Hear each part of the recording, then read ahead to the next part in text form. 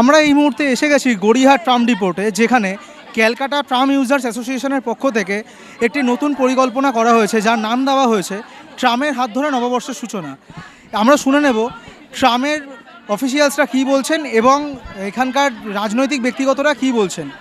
তো আমরা ভাবলাম যে একটা ট্রাম তো আমাদের কলকাতার আমাদের জীবনের সঙ্গে অঙ্গাঙ্গিভাবে যুক্ত। আমরা ভাবলাম একটা ট্রাম যাত্রা কেন একটা করা যাক। তো সেই উদ্দেশ্যে আজকের এই যে ট্রাম যাত্রা, এটাকে আমরা বৈশাখী ট্রাম যাত্রা বলছি। আমার 30 বছর ধরে আমরা ট্রাম যাত্রা করে আসছি। এটা তারই একটা আমার ধারাবাহিক বলতে পারেন। আমাদের উদ্দেশ্য আপনারা বুঝতে পারছেন যে এখন ট্রাম আস্তে আস্তে উঠে যাচ্ছে। একসময় 400টা ট্রাম চলতো। সারা কলকাতা জুড়ে ট্রাম চলতো, 5 লাখ লোক চলতো। আজকে সেটা কমে দাঁড়িয়ে গেছে, মাত্র 2টো ট্রাম চলে। তো আমরা অ্যাকচুয়ালি ট্রাম যাতে শহরে চলে, আবার ট্রাম ব্যবস্থা যাতে ফেরত আসে, সেই নিয়ে আমরা কালচারাল অনুষ্ঠান করে থাকি। লোকজনদের আমরা সচেতন করি ট্রাম কেন দরকার। একটা শহরের জন্য, কলকাতার মতো মেট্রো শহরের জন্য ট্রাম খুবই একটা অপরিহার্য যানবাহন। তো সেটারই যাতে আবার ফেরত আসে, সেটাই আমাদের উদ্দেশ্য। সেই উদ্দেশ্যে আমরা ভাবলাম যে আমাদের যখন নতুন বর্ষ শুরু হচ্ছে, সেই নতুন বর্ষে আমরা এই বৈশাখী ট্রাম যাত্রা আয়োজন করেছি। এই ট্রাম যাত্রায় আমাদের নিউ হরাইজন স্কুলের স্টুডেন্টরা আছে, আমাদের বিভিন্ন শহরের প্রতিনিধিরা আছেন, অনেক ডিগনিটারিজ আসছেন। আমাদের মহামান্য শেরিফ গৌতম ঘোষ, উনি বলেছেন আসবেন, খুব শীঘ্রই এসে যাবেন। এছাড়া ঢাকা থেকে তানভীর মোকাম্মেল এসছেন, চিত্র পরিচালক। এবং আমরা যেটা করেছি, বিভিন্ন রাজনৈতিক দলের যারা প্রতিনিধি আছে সবাইকে আমরা নিমন্ত্রণ জানিয়েছি, কারণ আমরা তাদের মুখ থেকে শুনতে চাই যে কী অবস্থা, তারা কী ভাবছেন, ভবিষ্যতে কি কলকাতার ট্রাম আবার ফেরত আসবে, না আস্তে আস্তে কলকাতার ইতিহাস থেকে ট্রাম মুছে যাবে। তো আমাদের একটাই উদ্দেশ্য, যাতে ট্রাম যাতে কলকাতায় ফেরত আসুক, আগের মতো পুরোনো দিনের মতো ট্রাম চলুক।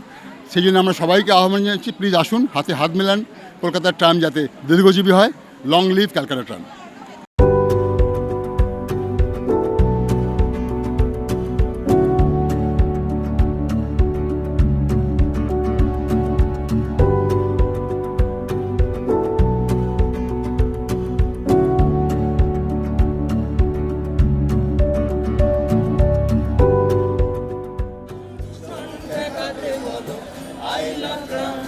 শহরের পথে গাড়ি চলে অবিরাম,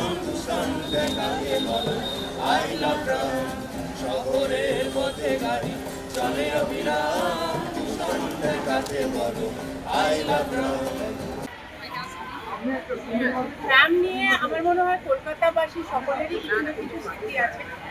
এবং যেরকম দেবাশিসটা বলছিলেন, আমিও বড় হয়েছি ট্রাম দেখে। আমি কালীগঞ্জেতে এখানে প্রতিরামের গলিতে আমার বাবার বাড়ি, সামনে দিয়ে ট্রাম যেত, রেগুলার বেসিসে যেত। এছাড়াও আমার বিষয় গল্প শোনা। ছোটোবেলায় আমার যখন মোটামুটি 2.5 বছর বয়স হবে, কথাবার্তা মানে বলতে শিখছি, তখন আমার কাকা বোর্ডিং স্কুলে থাকতেন। উনি কলকাতায় এসেছিলেন এবং আমি নাকি প্রথম ট্রাম করে আমি পরিচয় করিয়ে দিয়েছিলাম ট্রামের সঙ্গে আমার কাকা, অ্যাজ ইফ যেন আমার কাকা জানে না। কিন্তু যাই হোক, কাজের কথা হচ্ছে যে ট্রামকে তুলে দেওয়া কোনো সলিউশন হতে পারে না। অনায়াসে বর্তমান রাজ্য সরকার বলে দিলে যে কাল থেকে ট্রাম বন্ধ, এটা হতে পারে না। আমার তরফ থেকে, আমি ভারতীয় জনতা পার্টির তরফ থেকে, এটা আমাদের ম্যানিফেস্টোর মধ্যে আছে, আরবান রিজুভিনেশনের মধ্যে ট্রামের একটা কারণ ট্রামই একমাত্র ইলেকট্রিকে চলে, কোনো ফিউজ নেই এবং আমাদের বেসিক ট্রাম বলি। ট্রামের যদি আমরা আরেকটু সংস্করণ করি, আমার মনে হয় কলকাতা এবং জেনজি যারা এখন ট্রামে উঠে বসে আছে, আফ্রিনের মতনও, সকলেই ট্রাম একটা ভালো করে ব্যবহার করার, মানে ভালো আরেকটা অল্টারনেটিভ মোড অফ ট্রান্সপোর্ট হতে পারে, যানজটের একটা সলিউশন হয়ে দাঁড়াতে পারে। এবং এই পলিউশনের মধ্যে দূষণ জায়গায় আমার মনে হয় ট্রাম একটা ভালো অল্টারনেটিভ হয়ে দাঁড়াতে পারে। যেটা ভারতীয় জনতা পার্টির তরফ থেকে আমি এটা প্রতিশ্রুতি দিতে পারি যে আমরা এলে, আমাদের সরকার এলে, আমরা এখানে রাজ্য সরকারের তরফ থেকে এটা একটা রাজ্য সরকারের পরিবহন হিসেবে আমরা ডেফিনেটলি এটাকে মানব। এবং এখানকার যে রাজ্য সরকারের যে এমপ্লয়িরা, ট্রাম কোম্পানির যে এমপ্লয়িরা, তারা ভাবছেন যে অনায়াসে না খেয়ে মারা যাবেন কারণ ট্রাম কোম্পানি তুলে যাচ্ছেন। আমি তাদের আশ্বাস দিতে চাই যে মোদিজি অলরেডি আপনাদের প্রতিশ্রুতি দিয়েছেন যে আমরা যে রাজ্য সরকারের চাকরি যেগুলো বন্ধ করে দিয়েছে বা ভেকেন্ট করে আছে, সেগুলোতে আমরা নতুন করে অ্যাক্টিভেট করব। আপনাদের চাকরিও তার মধ্যে পড়ে। ট্রাম কোম্পানির চাকরি যেগুলো বন্ধ হয়ে গেছে সেগুলো আমরা নতুন করে খুলব এবং সবাই 7th পে কমিশনের চাকরি করব। আমার এইটুকুই বলার। আমার খুব ভালো লাগছে যে আপনারা এই একটা বড় উদ্যোগ নিয়েছেন বৈশাখে পয়লা বৈশাখের দিন যেখানে সবকিছু নতুন করে শুরু হয়, সেখানে ট্রাম যেন আবার নতুন করে শুরু করতে পারে এই আশা রেখে আজকে আমার এইটুকুই বলার।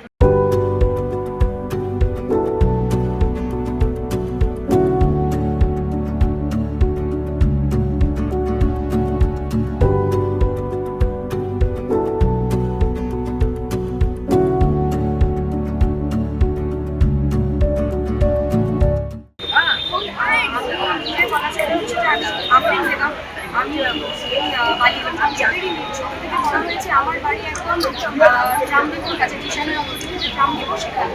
আমি ছোটবেলা থেকে যখন বড় হয়েছি আমি জানতাম যে গণপরিবহনের একমাত্র মাধ্যম হচ্ছে যে ট্রাম, কারণ আমি 1997-এ জন্ম, ওই টাইমে ট্রামেরই রমরমা আমাদের কলকাতা থেকে, এবং আমাকে যে কোনো জায়গায় নিয়ে যাওয়া হতো আমার বাবা মা ট্রামে করেই নিয়ে যেত, কারণ ট্রামের পাশে তো আমরা সেখান থেকেই বড় হওয়া, এবং আমরা বাসটাকে আমরা সেই মুহূর্তে অ্যাভয়েড করে আমরা সব জায়গায় ট্রামেই যাতায়াত করতাম, এবং সেইভাবেই আমি বড় হয়ে উঠেছি। ফলত যখন আস্তে আস্তে ধীরে ধীরে একাধিক রুটের ট্রাম বন্ধ হলো, আমাদের জীবনযাত্রাও পরিবর্তন হলো।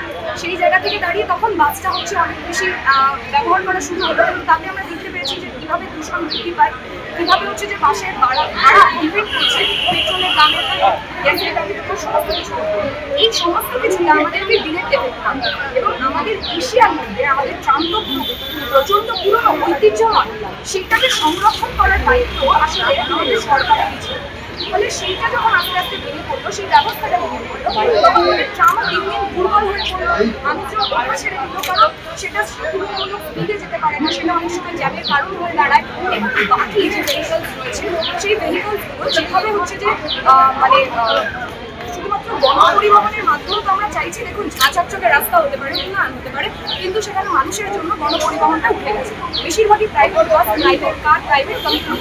ফলে আমরা যদি বিকল্প না দিতে পারি, আমরা যদি এরকম এনভায়রনমেন্ট সেফটির কথা চিন্তা না করে এরকম যদি আমরা কোনো এনভায়রনমেন্ট ফ্রেন্ডলি একটা ট্রামের মতো একটা কোনো বিকল্প না দিতে পারি, তাহলে এই ঘটনাটাই ঘটতে পারে।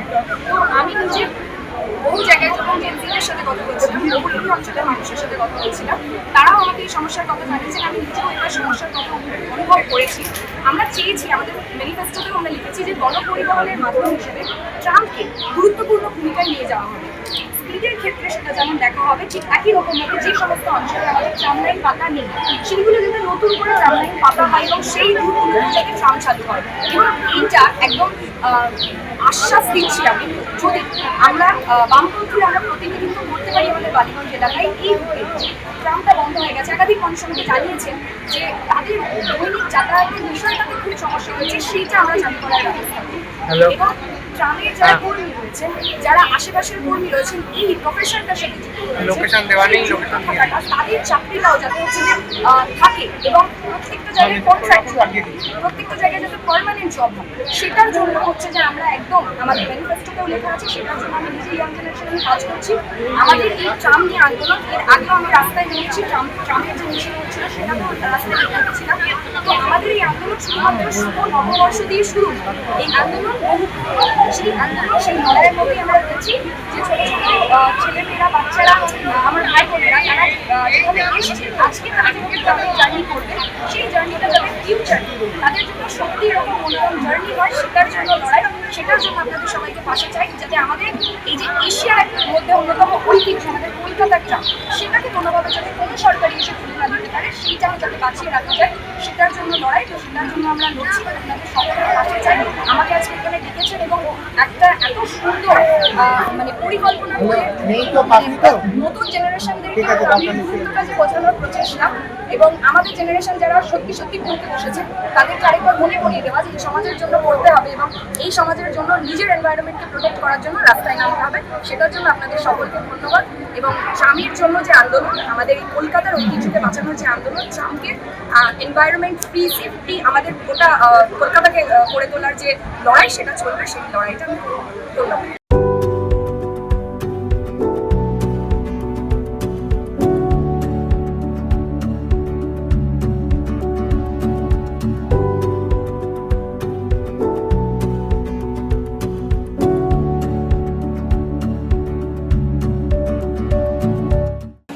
এটা তো খুবই আনন্দময় একটা অনুষ্ঠান আমি বলবো নববর্ষের জন্য এর চেয়ে ভালো একটা অনুষ্ঠান কল্পনা করা যায় না, যে কলকাতার ঐতিহ্যকে বাঁচিয়ে রাখার চেষ্টা।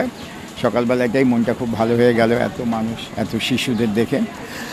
আসলে ট্রাম সম্পর্কে আমার নিজেরও কিছু স্মৃতি আছে। আমরা যখন অন্য দেশ থেকে কলকাতায় আসতাম, পূর্ববঙ্গ থেকে, কলকাতার একটা বড় আকর্ষণের বিষয় ছিল ট্রামে চড়া বাবা মায়ের সঙ্গে। অদ্ভুত আনন্দ পেতাম। তারপরে আমি পরবর্তীকালে দেখেছি আমার বন্ধু মহাদেবসী এবং তার সহকর্মীরা কি গভীর আন্তরিকতার সঙ্গে ট্রামকে বাঁচিয়ে রাখার চেষ্টা করছে, ওদের লড়াইটা আমি দেখেছি। আর আমি বলবো যে ট্রাম কোনো শুধু এটা নস্টালজিয়ার ব্যাপার না, এটা একটা অত্যন্ত পরিবেশ বান্ধব, ফসিল ফুয়েল মুক্ত একটা যানবাহন, এবং এটা একটা শহরকে দূষিত করেই না, বরং আরও শহরের জন্য এটা মঙ্গলজনক।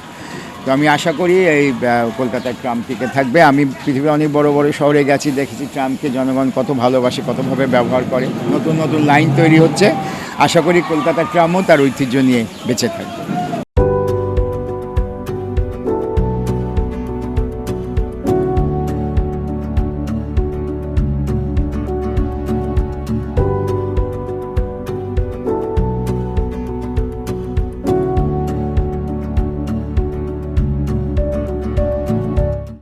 Okay, my name is Nan Kargahi, and from the US originally, but now I live in Spain.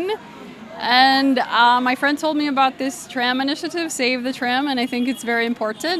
I think public transportation in all forms is so important, and I think we should be increasing the amount of public transportation, not destroying public transportation that already exists. And I've traveled around many different cities that have amazing trams, like Lisbon in Portugal or Melbourne in Australia, have amazing trams. People love them. The one in Lisbon, it's a tourist attraction.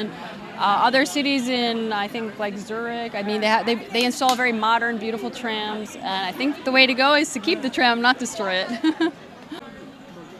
আমরা এই মুহূর্তে চলে এসেছি Shyambazar tram ডিপোতে, যেখানে এই অনুষ্ঠান প্রায় শেষের পথে, এবং আমরা দেখলাম বিশেষ রাজনৈতিক ব্যক্তিত্বরা কী বললেন এবং ট্রাম কর্মকর্তারা কী বললেন। এরপর আমরা দেখে নেব নতুন প্রজন্মর কাছে ট্রাম কীরকম, তারা কীভাবে ট্রাম দ্বারা প্রভাবিত হচ্ছে।